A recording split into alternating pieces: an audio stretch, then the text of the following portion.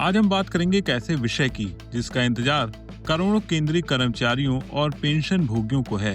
हम बात कर रहे हैं 8वें वेतन आयोग की। ये आयोग कब बनेगा, कब मिलेगी बढ़ी हुई सैलरी, सरकार ने संसद में सब बता दिया है। तो कहीं मत जाइए, आपको बहुत ही आसान भाषा में हम सब कुछ बताने वाले हैं, और वो भी पूरी डिटेल के साथ। केंद्र सरकार के कर्मचारियों और पेंशन भोगियों के लिए एक बड़ी खबर है। 8वें वेतन आयोग का गठन कब होगा, इसके बारे में सरकार ने संसद में जानकारी दे दी है। जी हाँ, आपने सही सुना। केंद्र सरकार ने 8वें केंद्रीय वेतन आयोग को बनाने की मंजूरी दे दी है।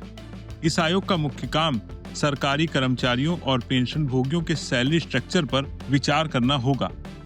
वित्त मंत्रालय में राज्य मंत्री पंकज चौधरी ने लोकसभा में एक लिखित जवाब में ये अहम जानकारी दी है।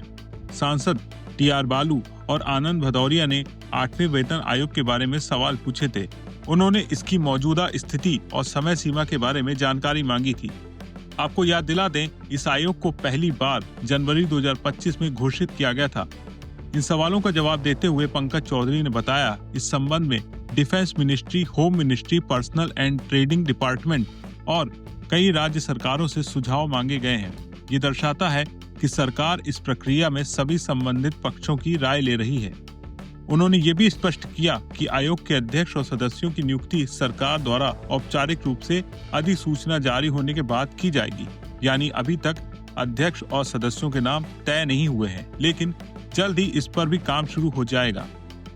सबसे बड़ा सवाल जो हर कर्मचारी के मन में है कि आखिर वेतन में बदलाव कब होगा। पंकज चौधरी ने इस बारे में भी भरोसा दिलाया। उन्होंने कहा, 8वें वेतन आयोग की सिफारिशों को सरकार द्वारा स्वीकार किए जाने के बाद ही वेतन में बदलाव की प्रक्रिया शुरू होगी। इसका मतलब ये है कि आयोग अपनी रिपोर्ट देगा, सरकार उस पर विचार करेगी और जब सिफारिशों को मंजूरी मिल जाएगी तभी केंद्रीय कर्मचारियों की सैलरी और रिटायर्ड कर्मचारियों की पेंशन में बढ़ोतरी होगी। ये प्रक्रिया कई चरणों में पूरी होगी।